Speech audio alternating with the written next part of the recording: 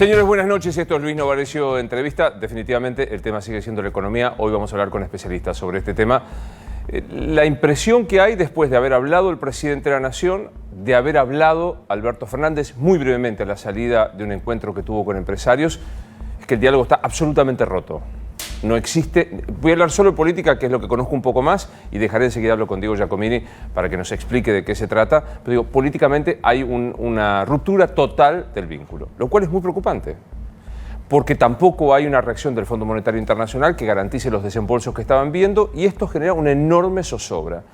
A hoy, la información que uno maneja indica que el presidente de la Nación, en su primera reunión post el sábado de cantidad de gente en Plaza de Mayo, decidió que no va a conversar más con Alberto Fernández. Alberto Fernández lo dejó traslucir cuando dijo, me imagino que debe estar contando los días antes de irse, y esto genera una zozobra política que se traslada a la economía. ¿Qué puede llegar a pasar? Empiezo a conversar con un especialista sobre el tema y lo recibo a Giacomini. ¿Cómo estás? ¿Qué tal, Luis? Un Gracias placer enorme estar Por favor, ahí estamos. Gracias, permiso. Lamento que debutes en el programa en una coyuntura como esta, pero bueno. ¿Me decís si hoy hay algún tono distinto de lo que viene pasando en esta crisis? La crisis para mí está siguiendo la trayectoria que venía teniendo. O sea, cada vez se complica más y, para desgracia de nosotros que vivimos en este país, trabajamos en este país y facturamos en pesos, se va a seguir complicando y se va a poner cada vez más difícil. Yo sé que a lo mejor es demasiado técnico o no, pero para nosotros que no entendemos, ¿estamos en cesación de pago? ¿Estamos en default? Desde mi punto de vista, estamos en default selectivo, ahora te voy a explicar por qué, y esto va a seguir avanzando, ¿no? Y va a avanzar, y hay dudas sobre un default en una segunda etapa con el FMI y después un default general. ¿Por qué estamos en un default selectivo, que es la primera etapa de lo que termina en default general? Por varias razones. Primero, si un gobierno altera el plazo de un pago, está alterando un contrato en tiempo y forma. Claro, nosotros acordamos, te pago 100 pesos en septiembre de 2019 y te digo, lo siento, lo doy, pero voy a ver si 3 meses o 6 meses te estoy alterando el convenio que teníamos. Punto número 1. Punto número 2. Hay otro problema adicional.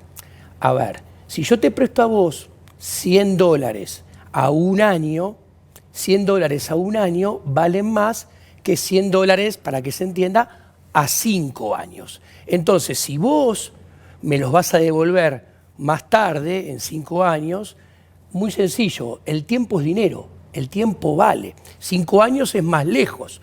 Vos me tenés que aumentar la tasa de interés y aumentar el valor de la deuda para que mi propiedad privada, mi contrato, que es el bono que yo tenía con vos, siga valiendo lo mismo. Tercer aditamento, te tienen que pagar, si hay una renegociación, la tasa de interés de mercado. ¿Te puedo hacer antes que siga con la tasa de mercado? Si yo le estoy pagando, ¿por qué tengo que aumentar la tasa? ¿Para compensarle el plazo?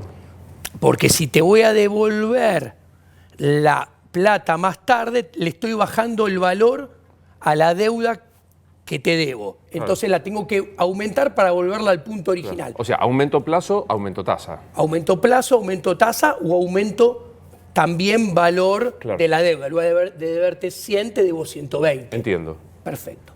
Te estaba comentando. El otro punto es lo que yo te explicaba, que además del tiempo, acá hay otro problema más. ¿Cuál? Muy sencillo. Por ejemplo, hay otro problema, que es que la deuda, acá ¿qué pasa si no acepto la proposición? No me pagás. No, claro.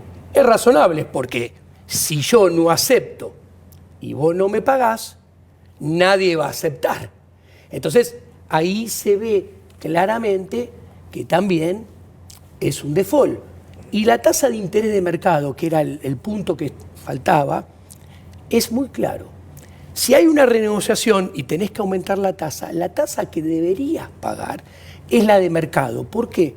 Porque es la tasa que mide tu solvencia intertemporal, tu capacidad para pagar hoy en día esta deuda a futuro. Y como si fuera poco, el último punto, que es un mamarracho que hoy se discutió mucho, por eso te lo dejo al final, es el tema de las letes. Mira qué increíble, hacen siempre lo mismo y eso está muy arraigado en la cultura argentina. El argentino es populista, ama el populismo. Y entonces los políticos que emergen de nuestra sociedad también son populistas, no caen de un plato volador. Entonces te dicen, bueno, mira, si vos sos una persona física, te pago la lete en tiempo y forma. Ahora bien, si vos sos un banco, si vos sos un fondo común de inversión, implícitamente, si sos más grande, sos más poderoso, sos oligarca. Exactamente, te pago a los premios, para que se entienda. Te pago más tarde con el mismo instrumento financiero. ¿Y sabes qué es lo loco? Que vos, tu audiencia, pueden haber comprado la misma lete, la misma persona, directamente o por el Fondo Común de Inversión. Y va a cobrar una de una manera y otra de otra, porque en el fondo, detrás de los bancos, hay personas. Detrás de los fondos comunes de inversión sigue habiendo personas físicas. Claro, vos lo que está diciendo es, va Diego Giacomini solo y compra, ok, te pago, persona humana o persona física. Pero va Diego a través del banco Giacomini Inc. y a ese mismo Diego no le pagan porque lo compró a través del banco. Exactamente, y es el mismo instrumento. Pero lo que me gusta resaltar o me interesa es que eso se basa en esa noción populista que piensa y que hay que tratar a la gente de diferente forma frente a la ley. ¿Por qué tratar de diferente forma frente a la ley? Porque tienen el mismo contrato, pero a vos te pago en un tiempo y al otro en otro más largo. Vos sabés que yo siempre digo lo mismo, que soy un ignorante invencible de economía, por lo cual voy a preguntar torpeza y estás autorizado para decir una torpeza. De lo que leo, escucho, ayer mismo acá en esta mesa un economista dijo, esto que se está haciendo, que para él era un default, es ahorrarse 15.000 millones de dólares, creo que este era el monto, que deberíamos pagar a fin de año, y con esos 15.000 millones ponerlos en el mercado financiero para bajar el dólar y llegar hasta fin de año y tirarle la pelota a Alberto. ¿Coincidís con eso? Bueno, tu pregunta es muy interesante porque nos permite avanzar al problema puesto en dinámica, o sea, para los próximos meses. ¿Qué es esta medida? Que el gobierno, muy claro, está sincerando que los dólares que tiene y los pesos que tiene no le alcanzan para hacer todos los pagos que tiene que hacer. Y que él quiere priorizar, antes que nada, usar los dólares para mantener el tipo de cambio estable, en torno a 60, hasta las elecciones, porque piensa que eso lo mantiene con chances electorales. A ver, primer punto, esto, ¿qué significa? ¿Puede ser exitoso? Es pan para hoy y hambre para mañana. ¿Por qué? Porque intervenir en el mercado para tratar de ganarle al mercado, vos solamente podés tener éxito si tenés credibilidad, reputación, un plan monetario consistente, un plan fiscal sólido. Ninguno de estas cuatro tiene el gobierno, que encima ya se va. Entonces, ¿esto qué implica? Esto implica que se va a gastar las reservas. Entonces vos no tenés que mirar si el dólar está al 60. Vos tenés que mirar, bueno, está a 60, pero ¿cuántas reservas vendió? ¿Más, igual o menos que ayer para seguir manteniéndolo a 60? Dame estos dos. Ayer creo que se vendieron 267 millones. Que, sí, más, me corregí, un poquito más. Un poco más. Y hoy una cosa parecida. 328. 328. Al día siguiente que se anuncia la medida. Entonces, ¿qué hay que mirar ahora? Que no le creyeron. Que no le creyeron. Entonces, lo esperable es que tengan que vender más a futuro. ¿Por qué? Porque, a ver, hay una carrera acá. Los plazos fijos en dólares que se van del sistema, los plazos fijos en pesos que no se renuevan para comprar dólares, las letes y los bonos. Las reservas no alcanzan para todos. Son del que primero llega a las reservas. Entonces, nosotros tenemos que mirar, no el numerito de 60, tenemos que mirar, bueno, ese numerito de 60, ¿en qué contexto se da? Si se da vendiendo más reserva, aumentando la velocidad de salida de los depósitos, aumentando la velocidad de la caída de los depósitos en pesos, en realidad este programa económico de mantener el dólar a 60, cueste lo que cueste, en realidad está incubando y agrandando los problemas debajo de la alfombra. ¿Por qué? Porque además le faltan pesos al gobierno. Entonces, ¿qué sucede? Cuando el Banco Central vende dólares, saca pesos, sube la tasa de interés, pero le faltan pesos para pagar LECAP y le faltan pesos para pagar déficit fiscal. Los va a tener que emitir, pero para que no le genere inflación va a tener que emitir LELIQ, el Banco Central. Entonces, ¿qué pasa en dinámica? Vos tenés un Banco Central que va cayendo las reservas, o sea, su activo, lo que tiene, se va reduciendo. Del otro lado, su pasivo, que es lo que nos debe, para que se entienda, las LELIQ van creciendo. Entonces, ya tenemos un Banco Central que está quebrado. Y un Banco Central quebrado implica una promesa certera de que va a haber más devaluación y más inflación a futuro. De hecho, no es que está quebrado ahora, viene quebrado desde siempre. Y esto es lo que explica el salto del tipo de cambio de 18 a 23, a 27, a 30, a 42, a 45, a 60. Pero o sea, me quedo con este concepto, que no, tranquilizar no, porque creo que hay una angustia fenomenal, pero para el público no economista, que no sea como una suerte de alivio ver el dólar a 60, porque en realidad lo estás sosteniendo falopeado con la cantidad de reservas que estás quemando y que le estás quitando al próximo gobierno. O sea, lo que está haciendo el gobierno es cuidar las formas y dejar una herencia monumental el que viene. Exacto. Está agrandando los problemas debajo de la alfombra. Si ya sabíamos que la tendencia del dólar en términos reales es que sea más caro que ahora, con más inflación que ahora, lo cual implica que el salto nominal tiene que ser más grande, esto es echarle alcohol a ese fuego. ¿Por qué? Porque quiebra más al Banco Central. ¿Y cuál es el problema que acá avanzo, que vamos al default? Si esto va a ser, ya teníamos promesa de más devaluación e inflación, con esta política le agregás más promesa de más devaluación y más inflación, te aumenta la deuda en dólares. El peso de la deuda en dólares en relación a tu economía se incrementa. Entonces, el ratio de deuda de PBI, que estaba en 85 antes que saltara... O sea, la deuda era el 85 del PBI. Del PBI. Ahora, cuando el dólar salta de 45 a 60, para redondear, salta a 110. Cuando siga avanzando el dólar, ese peso de la deuda aumenta más. Y esto es lo que es muy importante que entienda la gente.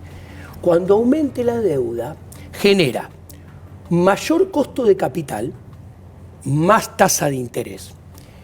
Técnicamente una palabra difícil, genera más debt overhang. Me mataste, me liquidaste. Sobrepeso de la deuda sobre la economía.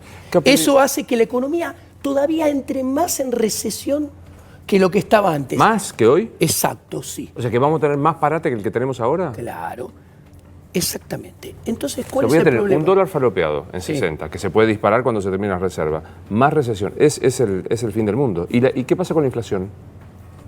¿Qué pasa? La inflación va a ser más alta que hoy en día. La inflación, te lo contesto rápido. A ver, esta política cada vez le baja más el piso al peso, que es subirle más el techo al dólar, por lo cual, en consecuencia, es subirle también más el techo a la inflación. Si la inflación, vamos a un ejercicio, no digo qué es lo que va a pasar. Si la inflación de acá a final de año es promedio 4,5 por mes, la inflación a final de año va a cerrar un poco arriba de 60.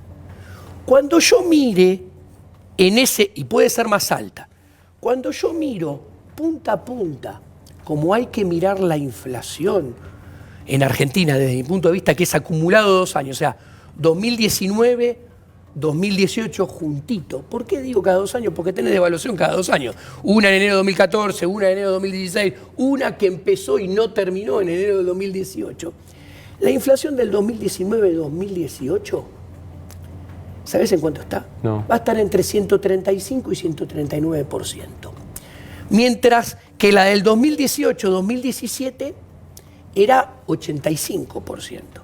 Y la del 2017-2016 era 75%. Cuando empezó el segundo gobierno de Cristina, esa cuentita era 48%. ¿Qué te quiero decir? Cuando yo te digo que va a haber más dólar y más inflación, simplemente lo que te estoy diciendo es que todo va a seguir teniendo la tendencia de lo que viene teniendo hace muchos años. Simplemente que cada vez estamos peor porque es muy sencillo. Si vos te enfermas y tenés 38 de fiebre y llamás a un médico que te hace un mal diagnóstico, entonces te da un mal tratamiento y una medicina que no corresponde, la fiebre sube de 38 a 42, a 44. Y cada vez te sentís peor. Y encima te genera el efecto negativo de que mirás para atrás y decís, cuando tenía 40 estaba mejor. Hoy alguien escuché decir que el único modo de controlar con esta crisis, con estas medidas y evitar de que se licúen las reservas es poner un control de capitales, de salida de capitales, no me gusta la palabra cepo, pero un impedimento de salida de capitales, un impuesto más grande para que esto suceda. O sea, evitar esta libertad de que hoy cualquiera puede llevarse cualquier dinero de la Argentina.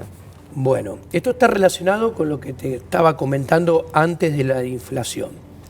La suba del dólar te termina haciendo la deuda cada vez más impagable. Que vos antes necesitabas un superávit primario de 3,5, sí. A medida que vas devaluando necesitas un superávit cada vez más grande, la deuda se te hace todavía más impagable y terminás en default. El mercado se anticipa, mira, sabe esto.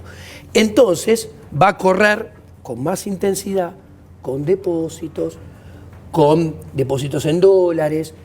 ¿Y qué pasa? Yo creo que es probable que si se intensifica la velocidad y la fuerza de la corrida, este gobierno nos vuelva a dar otro capítulo más de kirchnerismo, de buenos modales, y termine poniendo un control de capitales. No sé, porque puede haber mucho. Yo no estoy en el gobierno y es un campo que permite mucha creatividad. Pero no lo descarto en absoluto. Creo que es muy probable que haya control de capitales. Que digamos, traduzcámoslo en todas las variantes que voy a decir. ¿Qué tipo de control de capital puede ser? Que no me dejen sacar plata afuera, que no pueda disponer de mis depósitos. ¿Cómo sería? Que no te dejen sacar más de determinada suma del sistema, que no te dejen sacar plata afuera, que te pongan tipos de cambios diferenciales, para que se entienda. Para viajar un dólar. Para viajar un dólar, para comprarte un teléfono celular de afuera otro, si querés invertir otro, obviamente, más caros que los que están hoy en día. ¿Eso está mal? ¿Tener desdoblamiento de tipo cambiario? Eso está mal. Pero ¿qué sucede? Lo estaría tomando un gobierno que se va porque no le queda otra. Entonces, en realidad, sería una medida que simplemente es a la espera que venga el próximo gobierno, ¿no? Sí, igual hay cosas para hacer. Hay cosas para hacer. Decime. Sí.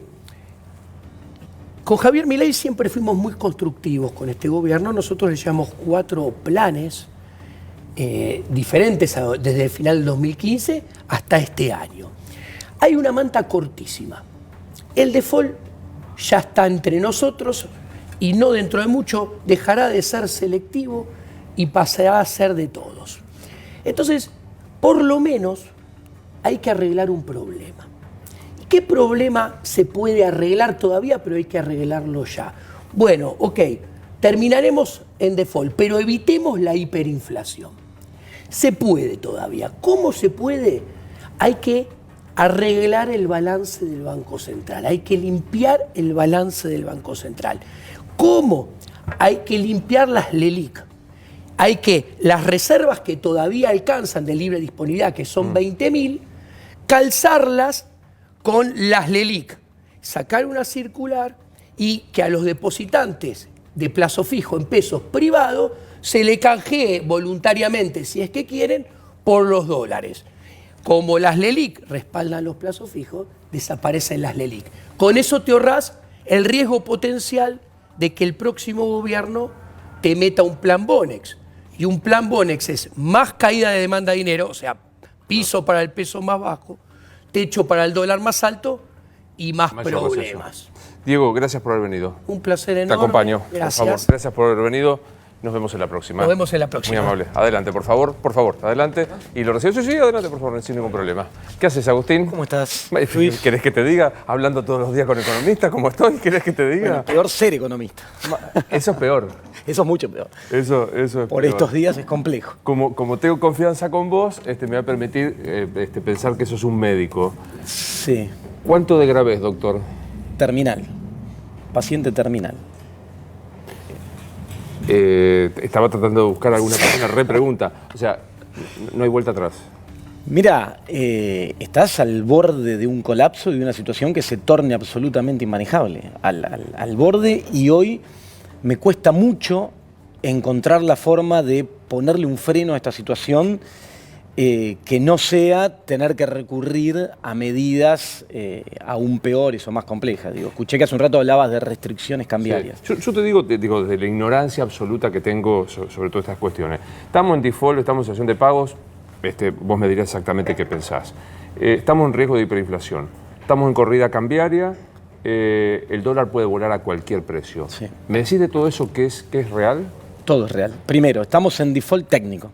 ¿Qué quiere decir esto? Porque acá se emparenta mucho la palabra default con la costumbre que tuvimos de lo que pasó en 2001, cuando es que alguien anuncia, mira, no puedo pagar más, dejo de pagar. Rodríguez al Congreso. Claro, eso, y se aplaudió en aquel momento. Ahora, cuando vos le cambiás las condiciones a un tenedor de título de manera compulsiva, en ningún momento le preguntaste, le consultaste nada, de un día para el otro, eso es un default técnico. Digamos, yo te digo, bueno, vos ibas a cobrar este instrumento la semana que viene, no, ahora vas a cobrar solo el 15%, y dentro de 60 días te voy a dar el 25%, y dentro de 90 te voy a dar el 60%. Bueno, me estás cambiando la regla del juego de forma compulsiva y unilateralmente. Eso es un default técnico. En este caso, además, es un default selectivo, porque estás diciendo, este bono no lo pago, este sí, este por ahora no. Entonces, genera toda una situación de incertidumbre en el mercado financiero muy profunda. Si algo vos no le podés generar a un mercado, a una economía que se rige por las expectativas, los comportamientos, mira hacia adelante, es incertidumbre.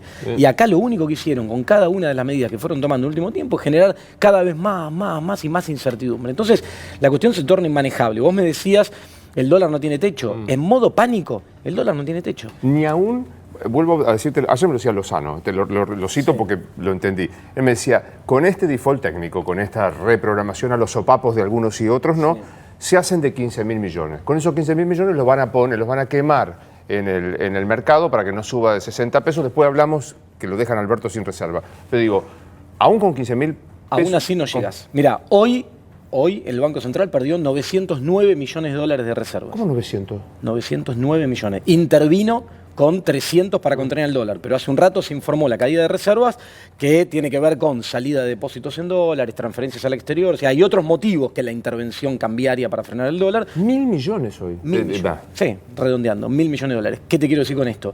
Si vos perdés de a 1.000 millones de dólares por día de reservas, las reservas líquidas son 11.000, ponele. Líquidas digo que vos le tenés que sacar el swap con China, un montón de cosas, lo que son un montón de cuestiones que tienen que ver con otra cosa. Cuando vos vas a lo líquido, lo neto, lo que podés usar realmente, estás en el orden de los 11.000, 12.000, depende de la cuenta que hagas. Si perdés 1.000 por día, ¿qué tenés para 10 días? Bueno, por eso digo, estamos... 2 semanas hábiles. Claro, por eso digo, estamos en una situación límite total. Hoy pasó otra cuestión, la tasa del ALELIC, esta tasa de referencia que fija el Banco Central, que viene, bueno, estaba hace unos cuantos días en 75, altísima, destruye la actividad económica, pero bueno, la venían sosteniendo ahí. Hoy rompió el techo, cerró en 79%. Y así y todo, no lograron renovar todo lo que vencían y expandieron en algo más de 100.000 millones de pesos la cantidad de dinero que hay en la economía. No cumplen con el programa monetario, no cumplen con el programa fiscal. Todos esos pesos, ¿a dónde van a ir a buscar refugio? A dólares. No te dan los números, no te da la cuenta. Por eso, ayer el gobierno, muy asustado, tomó la decisión, que para mí no debería haber tomado, de poner en estrés toda la deuda. Vos fijate lo que hicieron.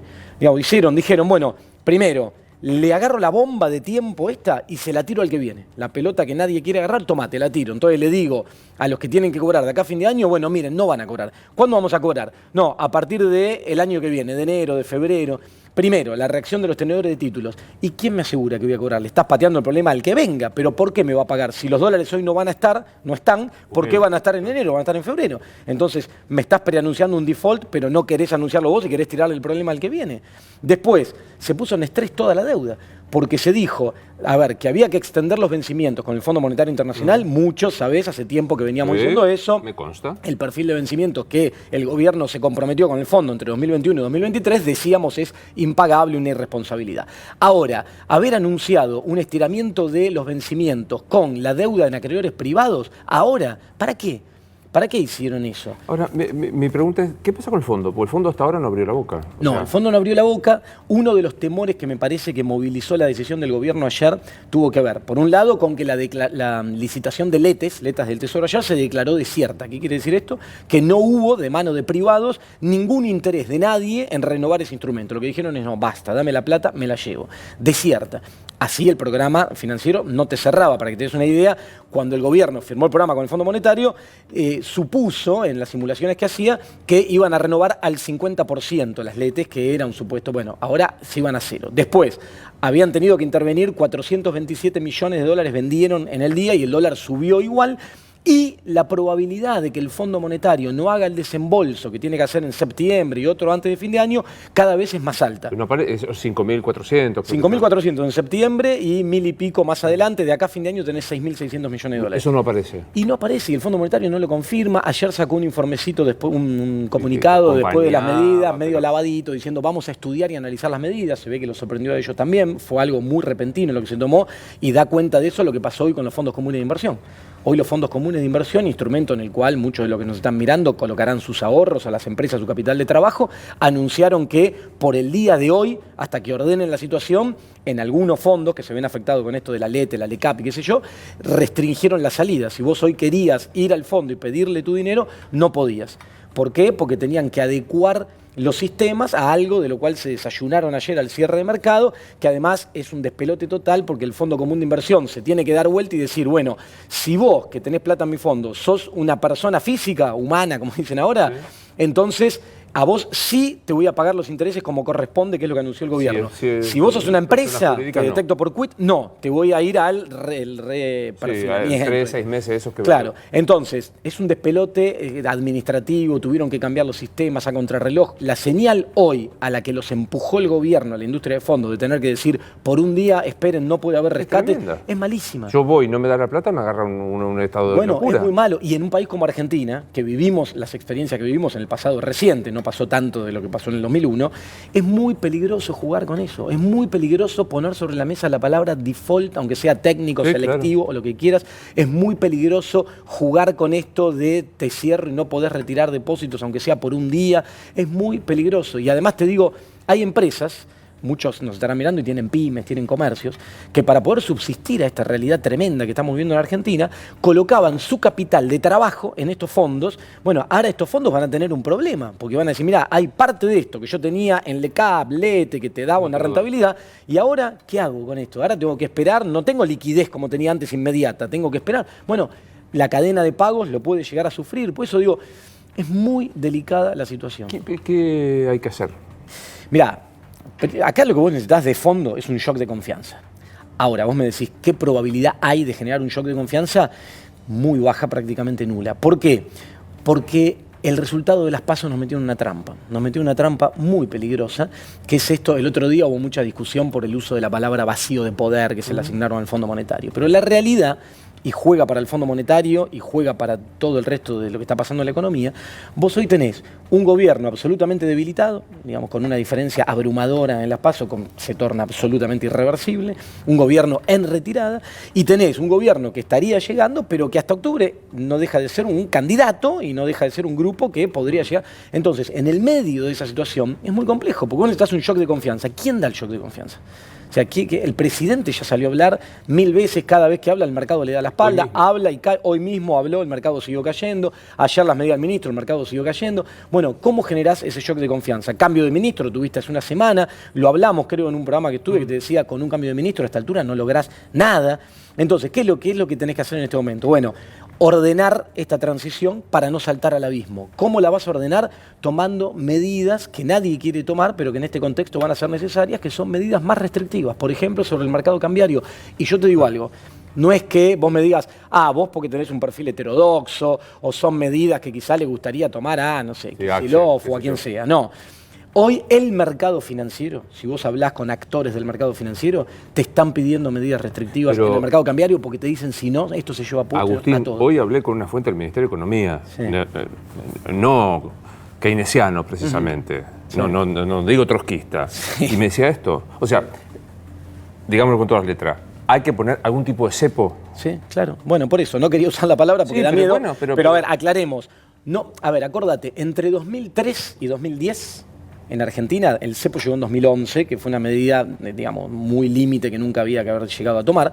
Entre 2013 y 2010 había restricciones a los flujos de capitales especulativos, que si entraban no podían salir por un determinado tiempo, había encajes, etcétera, y había restricciones a la compra de dólares. Vos no podías comprar más de 2 millones de dólares por mes. ¿Te acuerdas la famosa discusión de Víctor Hugo con Néstor Kirchner? Claro, que quería... O sea, hay que decir, podés comprar tanto, podés sacar tanto. Claro. Ahora, suponete que vos hoy decís, mira, en el medio de esta situación no podés comprar más de 2 millones de dólares por mes. Bueno, digo, no estás tomando ninguna medida que nos vaya a afectar a ninguno de nosotros, no sea vos, Luis, en mi caso no. Te puedo asegurar que no, quédate tranquilo que no. Entonces digo, pero podrías meterle un freno a los grandes flujos de capitales que hoy están generando estos movimientos. Y después otra cosa, en el marco de todo esto, el gobierno no toma la decisión de que los exportadores tengan que ingresar y liquidar los dólares al país. Es raro. Primero, fue muy raro, y yo siempre fui muy crítico de eso, cuando el gobierno decidió eliminar los plazos que existían antes y llevarlo a 10 años. A 10 años. ¿Por qué le das libertad a un exportador para que pueda liquidar e ingresar sus dólares al país en 10 años? 3 meses, 6, 8, discutamos el plazo que quieras, pero 10 años era necesario. Digo, si vos liberás todos los controles sobre los flujos de capitales especulativos y además el ingreso genuino, casi único de dólares que tenés en la economía, que es la exportación de productos primarios, le permitís que tampoco lo ingresen, bueno, no era muy difícil pensar. Por eso cuando algunos decíamos, miren, esto va a colapsar. A veces el timing exacto es muy complejo. No sé si en 2 meses, en 3, en 6, lo veníamos advirtiendo. Cada medida nos llevaba a anticipar esta situación. Pero era evidente. Y vos combinás eso con un mega endeudamiento. Y todo lo cubrís con deuda. Y permitís que esa deuda entre en una puerta giratoria y salga en fuga de capitales. Bueno, no es muy difícil prever el final. Es una pregunta recurrente que le hago a todos. Y es casi más psicológica que técnica económica. ¿No la vieron o es que son así? No, a ver... Yo creo que hay una combinación de las dos cosas. Yo creo que, primero, vinieron a ejecutar una serie de negocios muy concretos de sectores muy específicos. Agroexportador, sectores vinculados con la energía, con la minería, el sector financiero. Cada uno de los representantes de esos sectores fue del otro lado del mostrador, caso Aranguren, Caputo y otros tantos, y empezaron a tomar medidas completamente descoordinadas que apuntaron a las necesidades de los negocios que estaban del otro lado. Se olvidaron absolutamente de la economía, de la macro, de la gente. Y yo creo que hubo un factor adicional. Creyeron fervientemente la teoría que les vendió Federico Sturzenegger de que la inflación es un fenómeno estrictamente monetario y que él, como lo dijo en su momento el propio presidente antes de serlo, en un año la llevaba a un dígito que era fácil, que desde el Banco Central lo controlaba. Eso no ocurrió nunca. La descoordinación jugó también para que no ocurra. Vos veías cosas que eran muy locas. Vos decías, ¿cómo están haciendo este apretón monetario y estas altas tasas de interés deterioran la actividad y por otro lado suben las tarifas 1000%, 2000%, generan inflación de costos? O sea, no se entendía. Bueno, estaba todo absolutamente descoordinado por esta lógica que respondía a intereses concretos. Y después hubo también un desmanejo absoluto de la situación y para mí en un momento empezaron a cometer error tras error y esto es como cuando te meten una trompada y te vas metiendo en una cosa y vas cayendo y vas cayendo. Ahora digo, ahora ya son todas hipótesis. ¿Se pone algún tipo de control de cambio? Sí. No sé, no nos gusta la palabra cepo, se pone... ¿Esto garantiza al menos la transición ordenada hasta el próximo gobierno? Y por lo menos frenás un poco este drenaje loco de reservas que estás teniendo, los 1.000 millones diarios que te llevan al colapso total, porque si no, ¿cuál es la otra? Te quedás sin reservas, el mercado te sigue presionando, la presión sobre dólares es muy fuerte porque vos tenés que contabilizar LELIC, depósitos en pesos, todo eso corriendo contra el dólar en una situación de pánico, no tiene techo, eso tiene traslado a precios, te puede espiralizar y meter en una situación muy compleja. Digamos, hoy estamos usando palabras que pueden asustar porque hablamos de cepo y ahora te puedo decir en una situación de hiperinflación. No quiero decir que eso esté a la vuelta de la esquina, digamos, estamos con un nivel de inflación muy alto. Si no se hace nada hay riesgo, por eso. Entonces digo, hiperinflación. Sí, claramente. Sí, porque corres el riesgo de que mercado financiero en modo pánico, pérdida absoluta de confianza, refugio en dólar, demanda potencial de pesos contra stock bajo de dólares, el dólar no tiene precio. Empieza a subir y a escalar, eso tiene traslado a precios, se espiraliza, chao, game over. Entonces digo, queremos evitar esa situación. con un shock de confianza que sería el ideal, hoy no tenés espacio para poder hacerlo, los incentivos están desalineados, viene el 27 de octubre, viene una elección. Y acá tenemos dos fuerzas políticas que van a tener que estar en campaña y se van a estar tirando la pelota de un lado al otro y le van a decir, aprobame en el Congreso la reestructuración de deuda que te estoy pidiendo. Culpa tuya. Y en el Congreso le va a decir, pero vos nunca viniste al Congreso a pedir autorización y te lo pedimos para el ritmo voraz de endeudamiento al que sometiste a la Argentina durante los últimos 2 años. Entonces va a empezar esa discusión, nosotros en el medio, el mercado financiero, los inversores internacionales que miran a la Argentina de lejos y dicen, estos tipos tan, vos antes me decías, vamos a hablar de psicología, los tipos dicen, estos tipos tan completamente locos, Claro. no entienden lo que está pasando. Agregale que el propio gobierno, acá yo le pongo máxima responsabilidad al gobierno, pues se pide responsabilidad a toda la clase dirigente, está bien, pero la máxima responsabilidad del gobierno.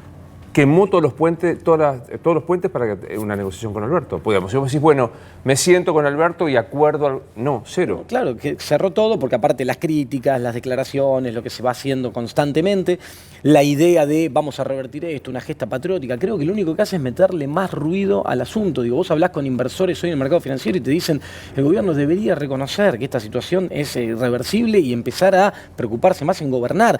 Ayer, el mensaje del ministro Hernán Lacunza, que yo estuve hace 2 semanas en otro programa tuyo y sorprendí porque tenemos una posición contraria, pero dije, es un excelente economista y en su momento me acuerdo que advertí, no le vayan a cargar a la persona, sino a las circunstancias, porque las circunstancias son imposibles de manejar. Pero ayer, cuando arranca el comunicado y lee las medidas, arranca con un comunicado leído de corte absolutamente político. Completamente político, cuando hace la referencia a que ningún gobierno no peronista terminó, después cuando marca el traslado de la deuda, dice que las declaraciones irresponsables, que hay que tener cuidado, y marca la pelota de tirarle al Congreso de la Nación esta decisión en un momento donde se sabe que es imposible plantear una reestructuración en el marco del Congreso. Bueno, hay una jugada de corte político electoral. Es muy peligroso que sigamos jugando a lo electoral en este contexto, porque la economía no lo va a soportar. Entonces, con este tipo de medidas restrictivas que yo te digo, que no son ideales, que nadie las quiere, por lo menos podés decir, evitemos el evento de lo que es mucho peor. Por eso te digo que hasta el propio mercado financiero y te dice, muchachos, vayan por ahí. Tómenlo. Porque esto, si no, nos lleva puesto a todo. En un contexto de normalidad nadie te diría, claro, che, poné la restricción del mercado cambiario. Claro. Para que me quede claro sería... limitar la cantidad de compra de dólares. Limitar la cantidad de dólares, yo le diría a los exportadores que ingresen los dólares al país, liquiden, y con una medida directa, obligatoria, de regulación fuerte, porque ayer hubo una medida que apuntó en ese sentido muy lavada. El Banco Central sacó una normativa y dijo, le restringimos los créditos en pesos al sector agropecuario para que no tenga posibilidad de acceder a pesos para financiar su capital de trabajo, entonces de alguna manera van a traer los dólares que tienen afuera y los van a liquidar.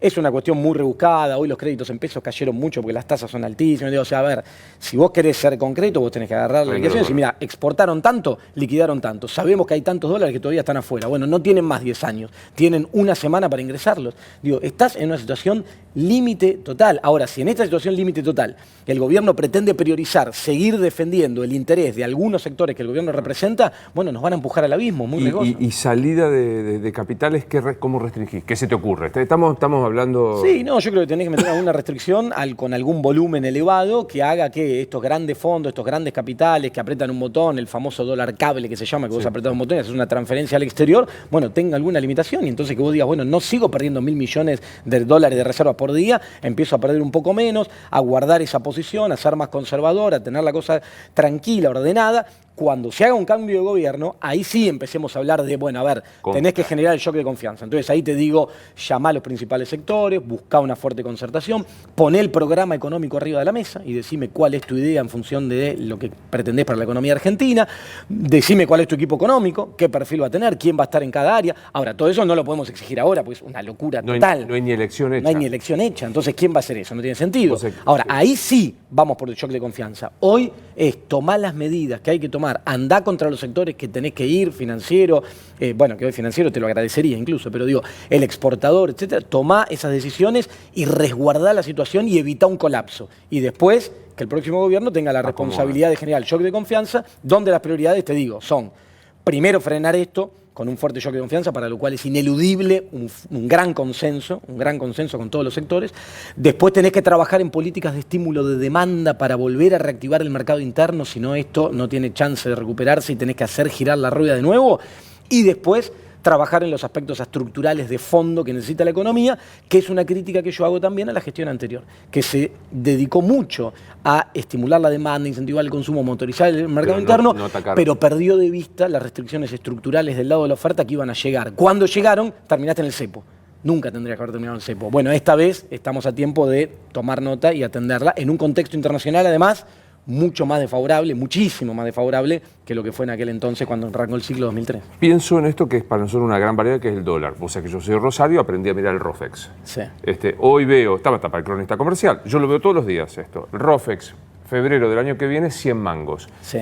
¿Qué es? ¿Un mero cálculo, especulación propio del mercado a término? No, porque ahí tenés otros factores. Digo, a veces se comete el error de mirar ese valor y decir, el mercado dice que el dólar va a valer 100 pesos. Eso creo yo. No, mal. No, porque en realidad vos ahí lo que tenés es una tasa de interés implícita entre el dólar futuro y el dólar hoy. Entonces hay un vínculo directo con la tasa de interés. Si hoy la tasa de interés de referencia del Banco Central es 80%, porque si no vos tendrías lo que en finanzas se llama un arbitraje. ¿Qué quiere decir un arbitraje? Yo compro este dólar, vendo este, al mismo tiempo me gano la tasa de interés. Si esa tasa de interés es más baja que lo que me paga la LELIQ, entonces digo, tomo plata de LELIQ, la coloco ahí, digo, esas cosas financieras, negocios. Entonces tiene vínculo directo con la tasa de interés. Por eso digo, no es correcta la lectura de, el mercado me está diciendo el dólar va a valer 100 mangos en febrero. No, en realidad hay un juego de tasas atrás que explica también esa diferencia. Ahora, ya que marcas el punto, hoy el gobierno, además de vender en el mercado de contado casi 300 millones de dólares, vendió más de 300 millones de dólares adicionales en el mercado de futuros. También para tratar de contener... No ahora cash, no ahora claro, lo que hace sonante... Claro, no dólares contante y sonante, entonces no bajan las reservas, lo que hace es salir y vender dólares a futuro con fecha de septiembre, octubre, noviembre, lo que sea. Entonces de esa manera, pegándole a la curva de futuros de dólar, generás algún freno también en lo que se llama el spot, que es el dólar contado, el dólar de hoy. ¿Qué estará pasando por la cabeza de Sandleri en este momento? Qué difícil pensar eso. Yo lo conozco a Guido de la época de la facultad. Me imagino cómo debe estar en este momento. Muy preocupado, me imagino, intentando contener esta situación de alguna manera para no quedarse sin reservas. Me lo imagino en medio de mucha tensión política. Mucha tensión política. Yo creo que hay un ala del gobierno, la que más expresa hacia afuera, que cree fervientemente en revertir esto y hacer una gesta patriótica. Pichetto, Carrió, Patricia Bullrich. Que pueden estar presionando para tratar de seguir con esta lógica de usen reservas para contener y generar algo de esa manera. Después vemos. Sí, y yo creo que Guido ahí debe estar muy preocupado porque sabe de esto y debe entender que dejar al Banco Central sin reservas es dejarlo quebrado y empujar a la economía al colapso. Entonces lo veo muy preocupado, pero es alguien que sabe, Guido sabe mucho de esto, estudió mucho de eso, conoce el mercado monetario, tiene un vínculo muy fuerte con el Fondo Monetario Internacional, que en este momento no es menor, digo, porque tampoco caigamos en la posición de, bueno, que Argentina le pegue un portazo al Fondo Monetario, digamos, nunca habría que haber ido al Fondo Monetario, yo fui recontra crítico de cuando el gobierno fue al Fondo Monetario, dije nunca se debería haber llegado a esto, las recetas del Fondo Monetario para cualquier país son malas, cuando el presidente anunció, me acuerdo el año pasado, ir al Fondo Monetario, dijo acordamos un programa de crecimiento y de desarrollo. No hay experiencia histórica en el mundo donde siguiendo lo que marca un programa del Fondo Monetario hayas tenido crecimiento y desarrollo. Es más, te diría, los programas del Fondo Monetario son anticrecimiento. Entonces... de vuelta, ¿qué en la cabeza de Christine Lagarde, que zafó y se fue al Banco Europeo? Sí, se rajó rápidamente. La verdad que nunca mejor llegada. Digo, ¿se entiende lo que pasó en la Argentina? O sea, porque digo, le diste el préstamo más grande de la historia. Sí, lo de Argentina lo tenés que entender en el marco de un análisis político y geopolítico internacional, no desde lo económico. Porque vos me decís de lo económico, el Fondo Monetario le dio el préstamo más grande de la historia, concentró casi el 70% de toda su deuda colocada en el mundo solo en un país que como Argentina. A cualquier administrador de portafolio que te dice, mira, voy a poner 70% de todo en un solo activo, lo he hecho al día siguiente. Entonces, raro. Después lo hizo en un país que firmó un acuerdo que todos sabíamos que era incumplible en el mes de junio del año pasado. En agosto firmó un nuevo acuerdo porque el de junio ya no existía más. Firmó un nuevo acuerdo. A ese de agosto ya le hicieron estos waivers, que son como pedidos de perdón por desvíos, 4 o 5 waivers. Ahora otra vez el acuerdo está explotado. Entonces, tan malos son los técnicos del Fondo Monetario. Respondieron a una estrategia del gobierno de Estados Unidos. Países como Alemania, como Francia, que forman parte del directorio del fondo, estaban en contra del acuerdo con la Argentina. El que lo impulsó fuertemente, que además es el único país que tiene poder de veto en la estructura del Fondo Monetario, fue Estados Unidos. En particular Donald Trump, con un interés muy claro, muy fuerte, de que este gobierno, de un signo político e ideológico como el de este gobierno, siga en la región. Y yo creo que ahí apostaron a algo basado en la construcción de una irrealidad, como todos lo vivimos antes de las PASO, cuando las encuestas, los datos que se manejaban y todo lo que escuchábamos, indicaban que era este gobierno competitivo electoralmente. Creo que subidos a esa lógica, con un interés fuerte en la región, Estados Unidos obligó, usando como brazo ejecutor al Fondo Monetario, a llevar adelante esta propuesta. Ahora vos me decís, la línea técnica del Fondo Monetario... Se quiere matar. Se quiere matar. Yo digo, es Netflix. O sea, es Netflix, es el presidente Trump diciendo, no quiero que vengan los kirchneristas, no quiero más Cristina, pongan toda esta guita en contra de Angela Merkel y Macron, diciendo que no le podemos prestar a estos tipos que los van a... Y habrán dicho, estos tipos que, no te digo el mejor equipo, pero que se supone que algo saben de mercado financiero, de finanzas, le damos el préstamo más grande de la historia, bueno, la van a contener ordenada y en las elecciones van a ser competitivos, siguiendo las estrategias de Big Data y estas cosas que ellos manejaban, que los hacía ver como muy competitivos y muy eficientes electoralmente. Ahora, me imagino Donald Trump diciendo qué hicieron estos tipos que con el préstamo más grande que le dimos en la historia a un país, se la pegaron en 15 puntos atrás. Un año. Entonces digo, hay una cuestión de ineficiencia absoluta también. Lo que pasa que eso también, por no ir contra algunos sectores y tomar medidas. Digo, cuando vos mirás los datos del ingreso de capitales en Argentina y de la fuga, te da 1 a 1. O sea, todos los dólares que entraron por deuda se fueron. El Fondo Monetario ya lleva desembolsado 44.500 millones de dólares. ¿Sabés cuánto es la fuga de capitales 2018 y acumulada hasta julio de 2019? 41.000. Entonces, entraron y se fueron. Una puerta giratoria. Entonces digo... No hay país del mundo. Ayer Lozano decía que de cada 10 dólares, 7 se fueron en fuga y 3 de pago de servicio a la deuda. Claro, por eso. Entonces, los dólares que ingresaron por deuda, que hoy debemos todos los argentinos, no están más. ¿Por qué? Porque se fueron por fuga de capitales. ¿Quién explica la fuga? Un sector muy chiquitito, interno, y grandes capitales internacionales, que además se hicieron la América en Argentina en los últimos años, porque el Banco Central les garantizó durante mucho tiempo altas tasas de interés con instrumentos emitidos por el propio Banco Central, primero el EVAC, después el LELIC, con estabilidad cambiaria garantizada por el propio ingreso de capitales, sin ningún tipo de regulación. Entonces vos entrabas y salías cuando querías. Entonces a principios de 2018, cuando el mundo le dijo a la Argentina, mirá, 2016, 2017 fuiste el país número 1, cabeza de todos los rankings de emisión de deuda, basta, no te prestamos más plata, están locos, ¿qué es lo que están haciendo? El propio mercado le advirtió, chicos, están locos. Ahí los grandes capitales, los grandes bancos de inversión que venían jugando en la Argentina, dijeron, bueno, nos vamos. De un día para el otro se empezaron a llevar 1.500, 1.700 millones de dólares por día. El Banco Central se dio vuelta, se los dio. Y ahí empezó la debacle que conocemos desde el principio de 2018 hasta ahora, que todavía no logró frenarse y que tuvo diferentes capítulos. Por ejemplo, el hecho de ir corriendo al Fondo Monetario, conseguir este préstamo y también fumártelo en pocos meses. Quemarlo ahí. Dos últimas muy cortitas. Una casi de curiosidad de Netflix.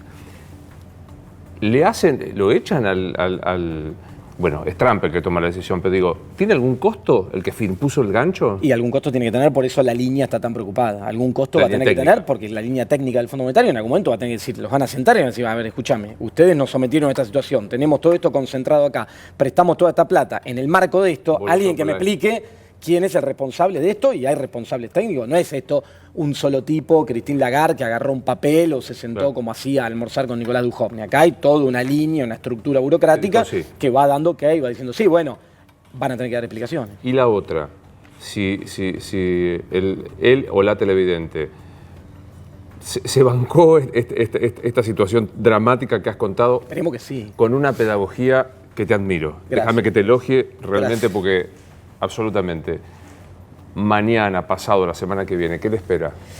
Y nada bueno, lamentablemente. Digo, yo creo que esta dinámica, primero, vamos a dividirlo en dos planos. La economía real, lo que el que nos está viendo más le importa, que es qué va a pasar cuando vaya al supermercado, qué va a pasar con mi laburo, si tengo un comercio, si tengo una pyme. Bueno, nada bueno le va a esperar, solo mirando la foto de hoy. Digamos, solo mirando lo que pasó los últimos días, lo de evaluación, más la dinámica en la que ya venía montada la economía real, bueno, el deterioro va a seguir de acá en adelante por varios meses, te diría, o sea que nada bueno se puede esperar.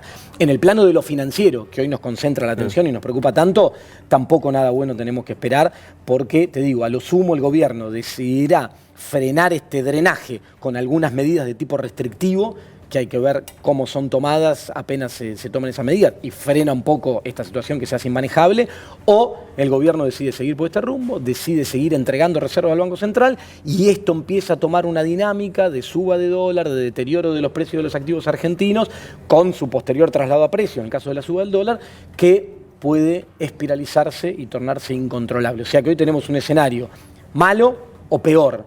Lo que tenemos que tratar es de que sea malo, que en esto malo que hoy ya tenemos se contenga, se frene. O sea, esto es como se te viene abajo un edificio y bueno, paralo de alguna manera. Sí, y después... Si la fantasía fuera que nos está viendo el presidente, escuchándote yo le diría, presidente, vaya en contra de su ideología y de los intereses de algunos de sus amigos, tome medidas que le son incompatibles ideológica y amicalmente. Sí, y vos pensás que lo viene haciendo en algún punto, mal y tarde, pero por ejemplo, haber tomado medidas como la eliminación del IVA sobre la canasta básica, haber tomado medidas que no congelar, pero sí. Sí, lo de los precios esenciales, que no funcionó, pero te digo, hay muchas medidas que se tomaron que gran parte de su base electoral o los que tienen que ver con eso ideológicamente dijeron, ¿qué están haciendo? Bueno, pero las tomaron mal, tarde, inefectivas. Bueno, creo que ahora hay que decirle, tomen medidas que tenga efecto, que frene esta situación, aunque afecte intereses de sectores que no quieren afectar y aunque ideológicamente ustedes abandonen la bandera del libre mercado y estas cosas, que además, te cierro con esto, fue muy irracional, digo, Luis, no hay país del mundo, digo, tomemos ejemplo de vecinos, Chile, Brasil, que regulan los flujos de capitales especulativos. Todos. Vos fijate lo que hace Chile con el cobre, con el ingreso de dólares de ese mercado, digo, no hay país del mundo que se someta a una situación de esta característica. Nuevo. Nos vemos la semana que viene. Bueno. Te voy a volver. Ah, bueno, no sabía, por eso me sorprendí. Te acabas de enterar. Un placer buenísimo, verte. gracias a vos, Luis. Esto es Luis Novarecio Entrevista. Hasta la próxima.